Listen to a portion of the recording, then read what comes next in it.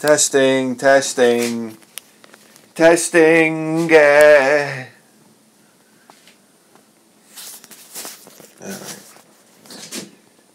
Here we go.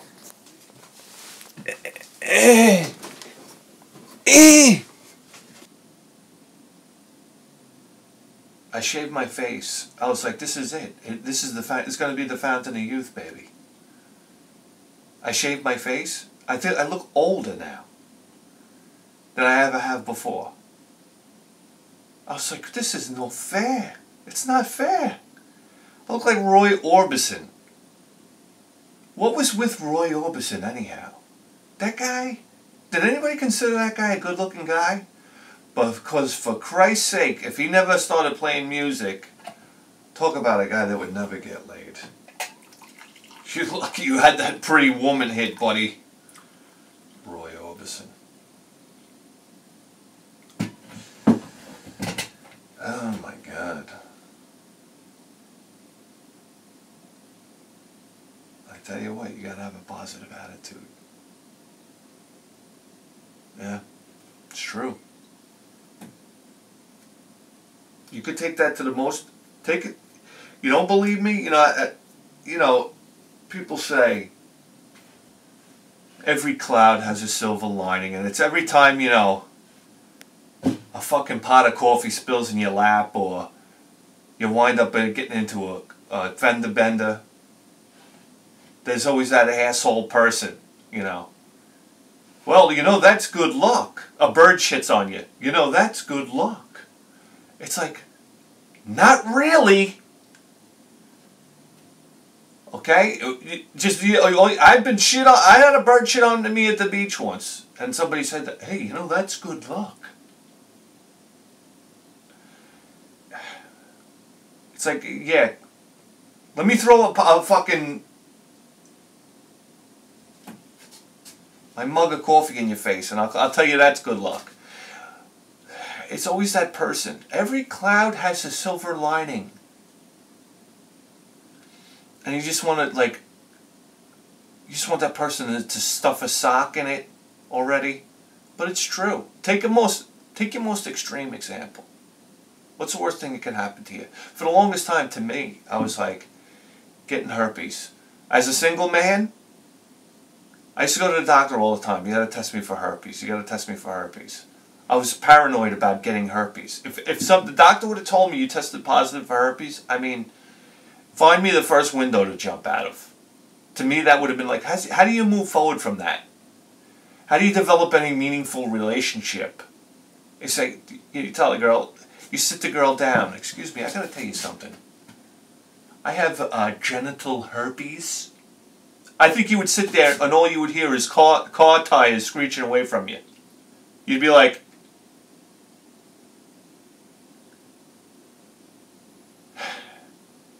and then I thought about it, and I thought about it, and I thought about it. And this is like the beauty of becoming a 40-year-old man. You turn into like a fucking monk. I'm thinking about it, and I'm like, it dawns on me. Getting genital herpes has got to be the most fantastic thing that can ever happen to you. And I'll tell you why. Number one, only the hottest chicks get herpes, right? Because let's face it, they're the ones that get propositioned the most. They're the ones that are probably, listen, I got news for you. These girls running around with enormous asses and big tits, and they're built for sin. So naturally, they're more sexual than other women. Let's face it. They got the tools for it. So they wind up getting genital herpes, right? So their whole world collapses on them. Now they don't know what to do. How do I find a man? How do I explain this, that, the other thing? It's very simple. You just get a dating site for people with herpes. Now, as a guy with herpes, especially a red-headed guy with herpes, now I can meet probably the hottest chicks that also have herpes. And once you both have herpes, who cares? Who cares? It's like, let's rub the infections together. Let's wait till the pimples pop and it's real oozy down there. Who cares? Oh my God, you got pick of the litter, pal. It's like you got herpes? Yeah, I got herpes too. Let's celebrate. Let's crack a bottle of champagne. Oh my God. I feel like going out and getting it just to get it out of the way. I mean, once you get herpes out of the way, what's the only thing that could really, really get you after that? AIDS? And let's face it, that's not getting anybody anymore. Come on! Am I foaming at the mouth again? I saw that in my last... I'm editing and I'm like, this is disgusting. You're foaming out of the mouth. Who are you, Cujo?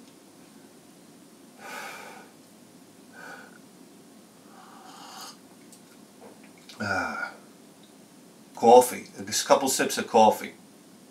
Sip of coffee for herpes. For getting herpes. Go out there and get it. Oh my God. And another thing, once you got it, it's like you got a weapon in your pants. Back off, man, I got genital herpes. You say that to a guy in a barroom brawl. You clear out the whole fucking bar. My God.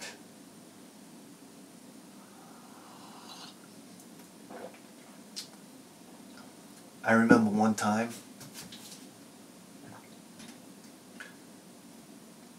I was with this. I met this girl at the German festival, right?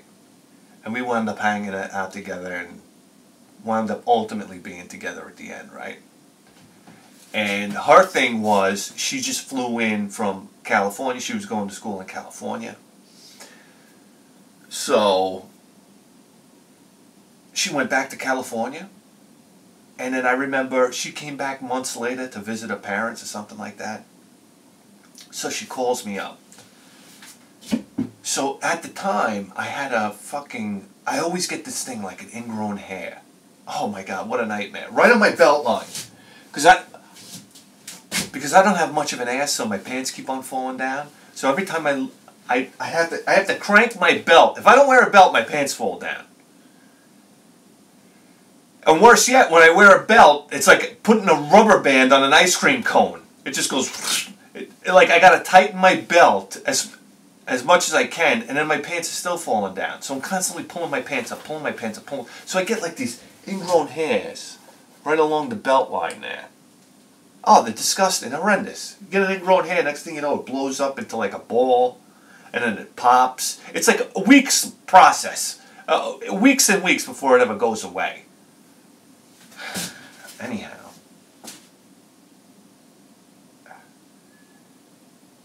I wound up getting this ingrown hair, and it's to the point where I just popped it. It's disgusting, I know.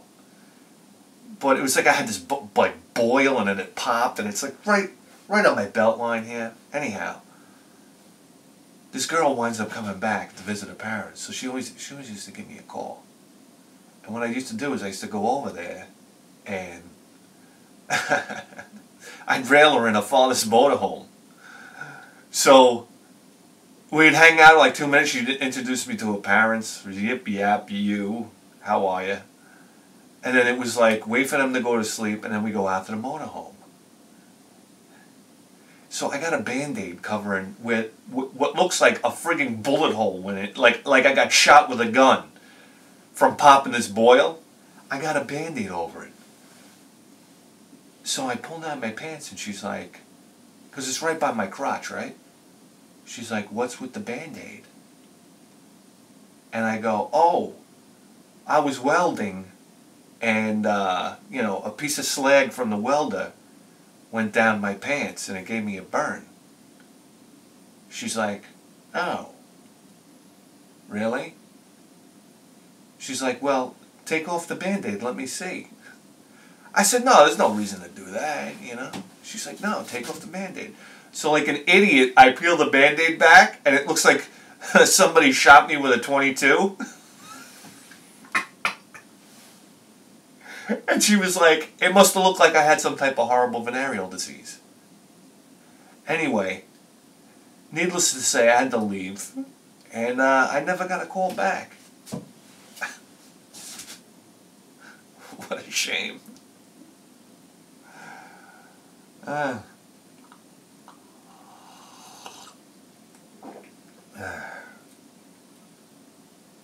don't even know what we're talking about here. Alright, here we go.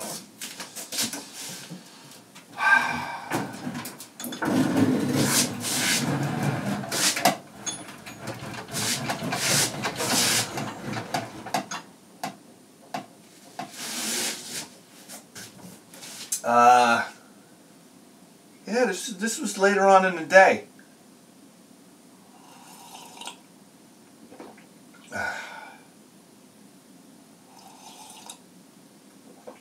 Here we go. This one happened around 10:30, which is later on in the day as far as garage sales are happening.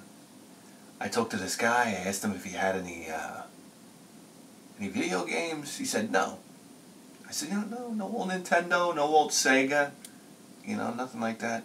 He goes, I have some PlayStation 1 games. I said, oh, okay, bring them out. So here we go.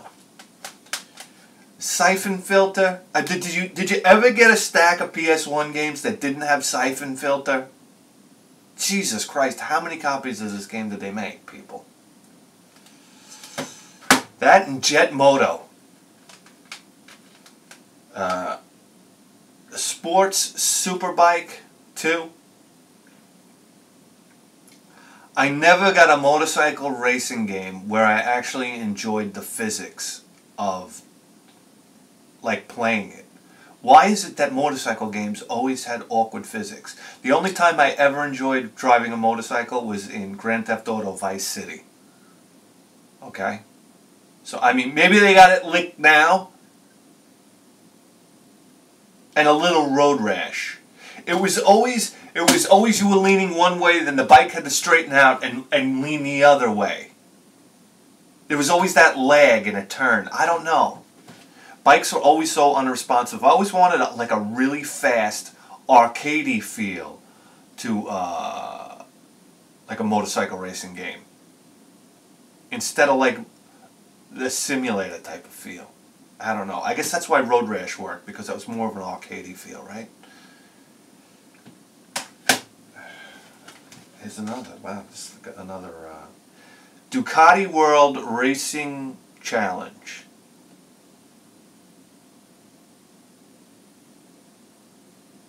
Wow, you look at these graphics and you say to yourself, brr, the PlayStation was really doing it back then, huh guys?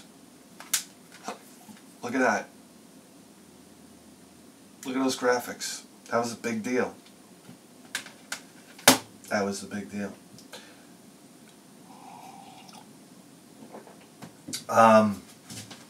One of the most exciting driving games on the PS1 was Driver. Wow, this was a fantastic game. This was like Grand Theft Auto before Grand Theft Auto. Well, before Grand Theft Auto 2, right? Sure, you could do the missions, but it was just so much fun to drive around the city, cause chaos, and try to get as many cops as you could to follow you around.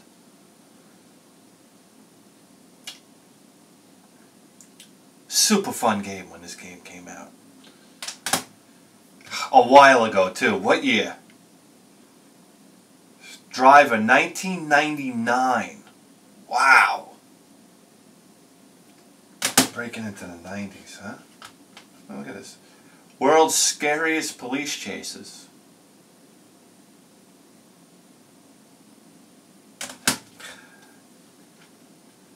This is interesting for a couple of reasons.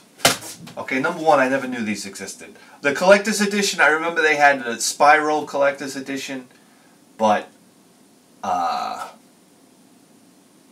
Walt Disney, these Disney collector's edition ones, I don't know, Tarzan. I don't know what this, We Need a Little Christmas, I don't know. Here we go. Jet Moto.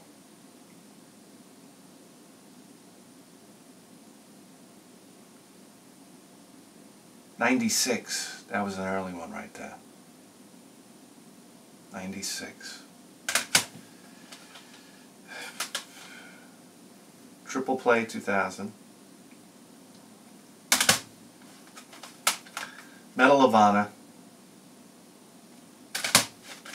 Another one of these collector's editions, A Bug's Life. Here's another game that you constantly see when it comes to the PS1. Constantly see this game. And another one of these collector's editions, Tigger's Honey Hunt. Now listen, I understand, when it says collector's edition, it's probably the furthest thing from what a collector actually wants. I get that. But the crazy thing is, we got 3 of these collector's editions, right? Okay. And I just made a note of that. And then at the very next garage sale, out on one of the tables, they have one PlayStation game out there. And what is it? Oh, by the way, we paid, let's see, 1, 2, 3, 4, 5, 6, 7, 8, 9, 10, 11. I think I paid $10. I paid $10 for this. Yeah.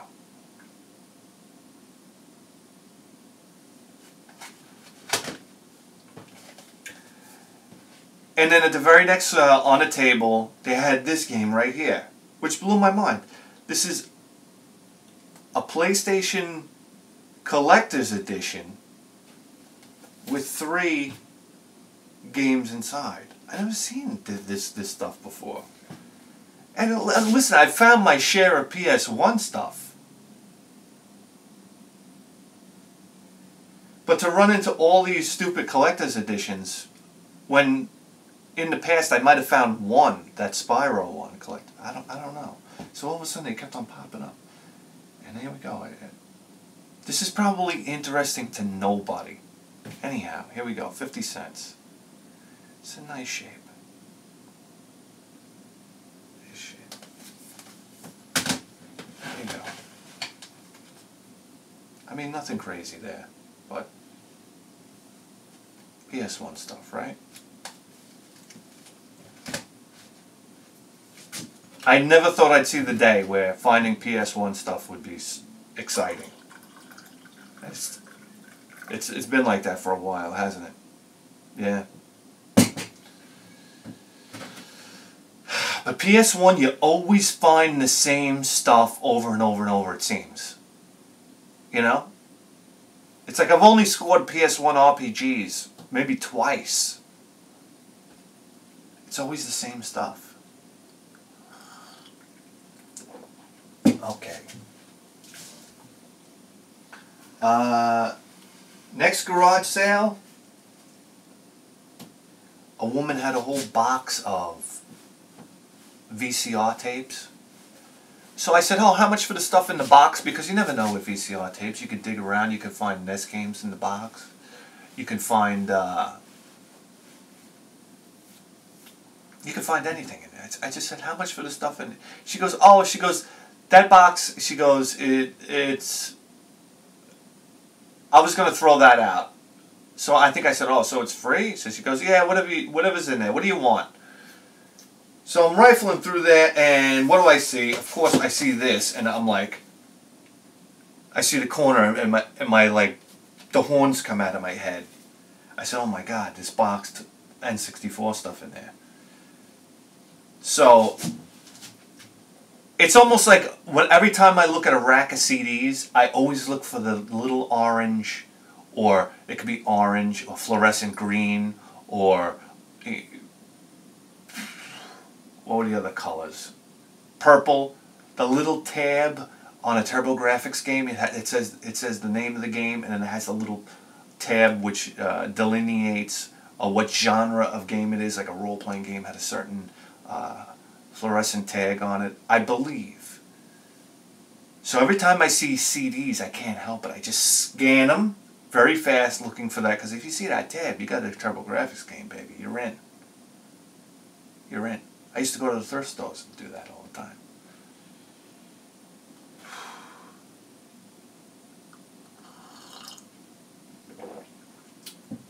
So here we go. It's Banjo-Kazooie Toys R Us promotional.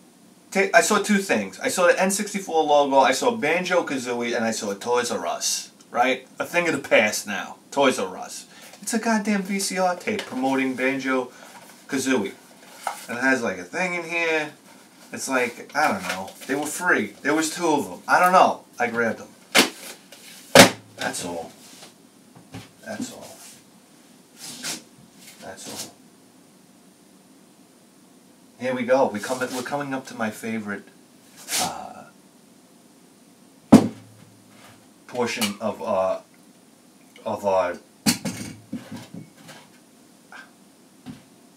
I got marbles in my mouth. My favorite portion of the show, which is DVDs. Wow, they don't disappoint, do they, guys? If I go out to the garage sales, I know I'm going to find DVDs, and I know I'm going to find something I like. How nice is that? Because what's worse than going away from the garage sales without finding any fucking video games? It's depressing. I go into a tailspin. I walk inside the house, I'm kicking a can. Here we go. Alright. And how ironic that we, what, 2 shows ago we were talking about Poltergeist.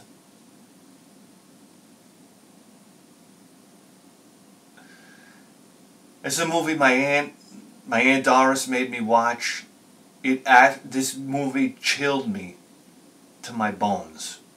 Okay, number one, the scene where the father's shaving. Okay, never mind the fact that the little girl got trapped in the TV.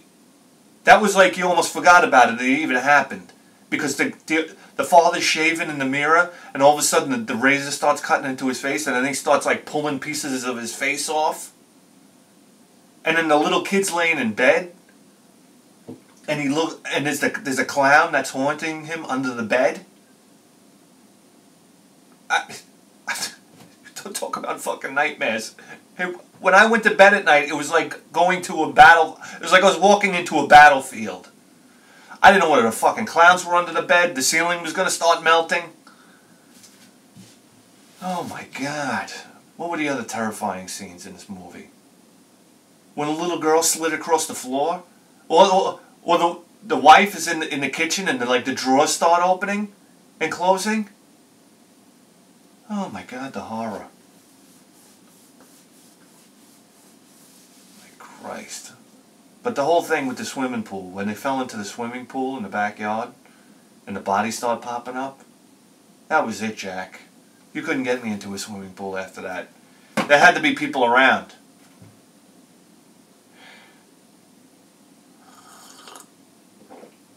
Horror struck.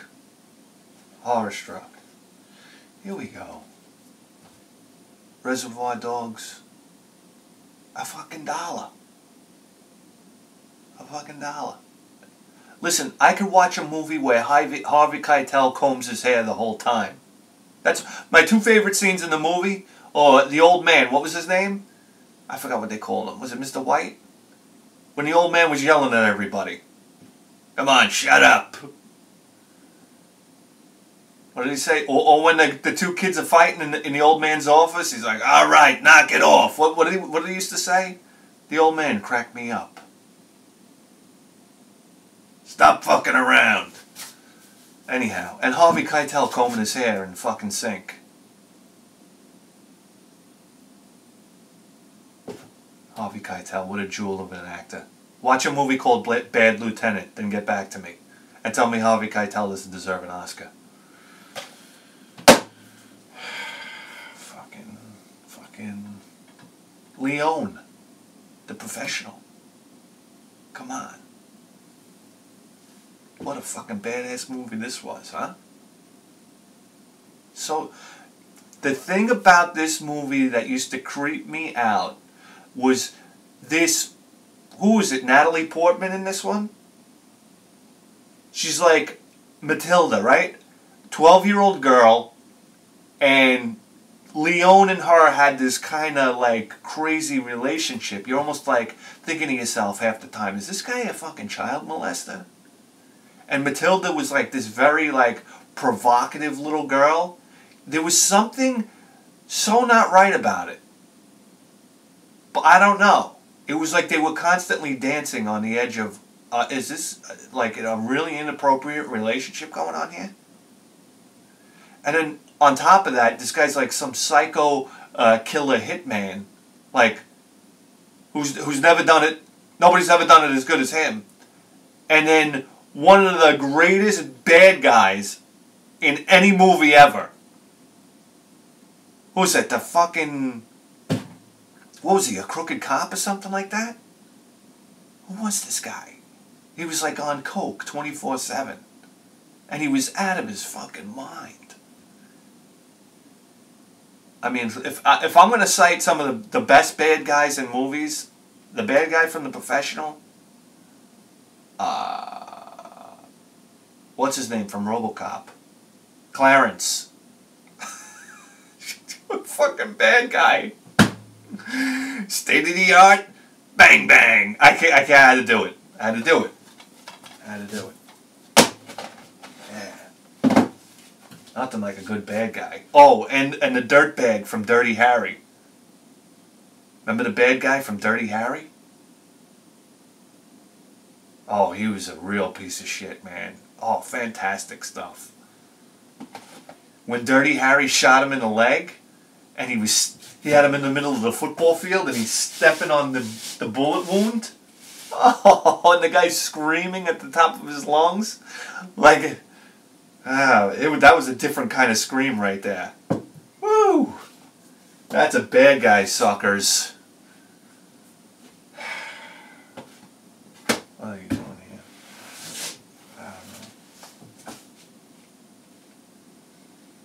don't know.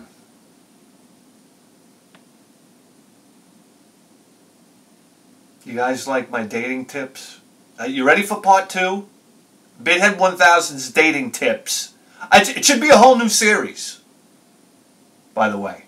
You ready for this? Go down to 7-Eleven. Right? You're on your way to a date. Okay? You're going to take it out to maybe a bar or something like that, or a restaurant with a bar. It always starts at the bar. Remember that. You don't do anything without having a drink first. I'm sorry. It just loosens everything up. It gets past that whole nervous thing. You never go out on a date and just sit down at a restaurant across from each other dry. Oh my God. You ready for awkward moments of silence? You know, you sneeze like a booger comes out of your nose. Anyhow. You talk and foam comes out of your mouth. You always get a drink first. It's an icebreaker. And if it's a girl that doesn't want to have a drink, next date, say, I gotta go. I think I stubbed my toe or something. I don't know. Listen. All right. On your way to the bar, you stop at an ATM machine. And you know how when you use the ATM at the 7-Eleven, they got the little waste paper basket down below where you can throw your receipts?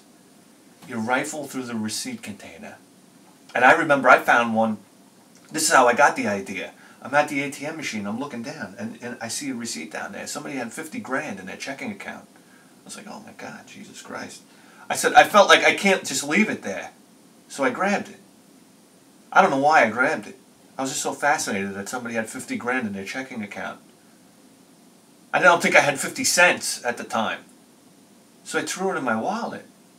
And I'm thinking to myself, I went out on a date. I never implemented this, by the way. I should have. All these things I never implemented. Anyhow, when you bring her into the bar, you say, hey, get us some drinks. What are you having? You order the drinks. Drinks come. Say, hey, honey, I got to run to the bathroom. I'll be right back. You take your money out. You have the receipt in your wallet. You take the money out for the drink with the receipt from the ATM. And when you pull it out, you drop the money on the table and the receipt falls out too. So now you're like, I gotta run to the bathroom, I'll be right back. She's like, wait, you dropped it, I'll be right back, I gotta go bed. You go into the bathroom, meanwhile she's out there. She takes the receipt, she looks at it. She looks at the 50 large you got in the checking account, and it's like, you're welcome. You're welcome. You listen, these are gems. I got 1 million of them. Actually, no, I got about 5 more. Alright, you ready for this? PS3. I don't know what I was thinking. PS3, you walk right by it, don't you? I walk right by it. I don't know, I just walk right by it. PS3. If PS3 is the PS2, no, PS3 games are the PS1 games of like 2012. It's like you walk right by. Anyhow, I couldn't help it. I saw these games stacked up at a local garage sale by me. And I went to the garage sale earlier in the day, and I saw the games, and I was like, what am I going to do with these PS3 games? I said, I don't know anything about PS3 games. What am I going to do? I just walked away. I said, the morning's early. It's early anyhow. Later on in the day, I wind up having to go to the supermarket for my wife, like I do every fucking day of the week. For some reason, there's not a day that goes by that I don't have to go to the supermarket for something. We need eggs. We need milk. I need cilantro. I need butter. I'm there every day. It's like, why can't we invent a teleportation machine already? Come on. We have GPS, accurate enough to put anybody where they need to be, and we have 3D printers. Why can't we just have GPS and high-speed 3D printers that'll print me out somewhere else, molecularly? Am I the only one thinking big over here? You got people with 3D printers, they're too concerned about making skateboard wheels. Let's start transporting people. Oh, come on. They did it in Tron. They were thinking about that in the early 80s. Don't tell me we can't make that happen yet. I don't believe it. Get that Tesla knucklehead on that or something. That way, it makes it a little more bearable to go to the supermarket every 5 minutes of my life. Anyhow, I went back. I saw those PS3 games were still there. I walked up, and now the ball's in my court. It's like 2 o'clock in the afternoon. These kids are still standing out here doing this garage sale. When it's 2 o'clock in the afternoon, that's everything you see is basically heading to a trash can. So I walked up, and they wanted some ridiculous amount of before, like $3 or $4 a game. So 1, 2, 3, 4, 5, 6, 7, 8, 9, 10, 11, 12, 13, 14 games here. I offered them $10. They said, okay, fine, take them. So I don't know. Are these backwards compatible on my PS4, by the way? I have no idea.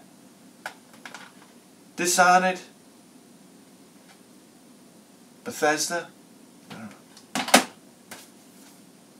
Resistance? Skyrim? Darkness 2? Sleeping Dogs? Square Enix? Crisis 2?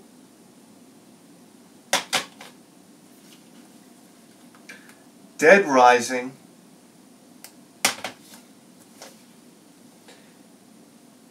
Need for Speed, The Run.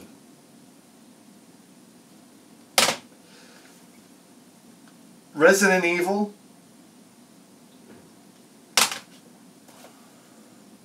Darksiders 2. What happened with the PS3, huh? Didn't it seem... It seemed like the Xbox 360 had a stranglehold on the gaming market, right? And then the PS3 sort of flew under the radar. This is my perception. I have no idea what I'm talking about. Didn't the PS3 kind of fly under the radar? Like the PS2 was a runaway hit. And then the PS3, it was like... And now, what I assume is a tremendous success right now for the PS4 And Xbox, I mean, does anybody even own one? An Xbox One? So it's like this weird thing. My biggest regret in gaming is not owning an Xbox 360. I feel like I really missed out with that console. I don't want to miss out anymore. That's why I got this PS4. I felt like every time I see some Xbox 360 stuff, I say, "Wow, you missed out."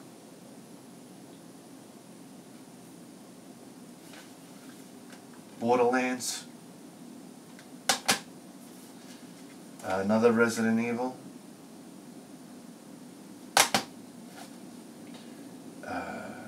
Grand Theft Auto episodes from Liberty City. And God of War. God of War. 3? Is that a 3? I don't know. I picked these games up, and even though it's in an older console now, I feel like an old man with this stuff because I know absolutely nothing about it. But I just said for less than $1 a game, I had to go for it. For some reason. And if they are backwards compatible on a PS4, is that what I'm going to do? I'm going to have a PS4 and play older console games on my PS4 instead of playing PS4 games. I don't know. I have no idea what I'm doing here.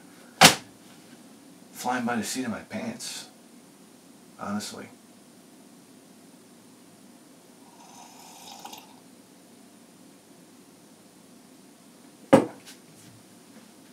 And then speaking of PS4, I went to a sale and the guy had one PS4 game out there. I asked him how much he wanted for it. He said $5. I said, okay, I'll give it a shot. Only because we just got the PS4. I was like, here we go. Uncharted for A Thief's End. A lot of people have told me, you know, now that I have the PS4, you got to try the Uncharted games. So here we go. We'll give it a shot. And this last one we actually bought at Target. I haven't even taken it out of the wrapper yet. And this is one that overwhelmingly people recommended to me when they found out that we got the PS4 over here. And that was The Last of Us.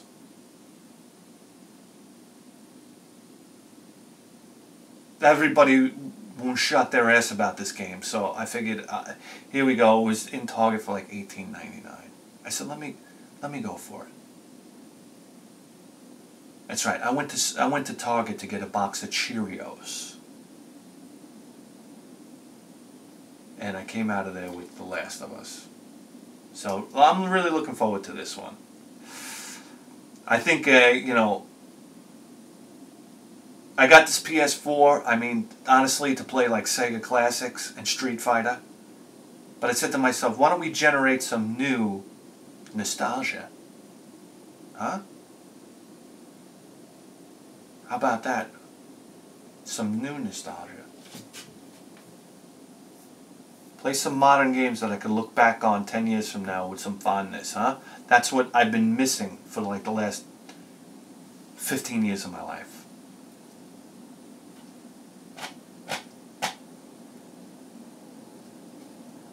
How about that? Guys, I don't have to tell you that you just tuned into the greatest video game program in the history of human civilization. And you better believe that. With a 4K face!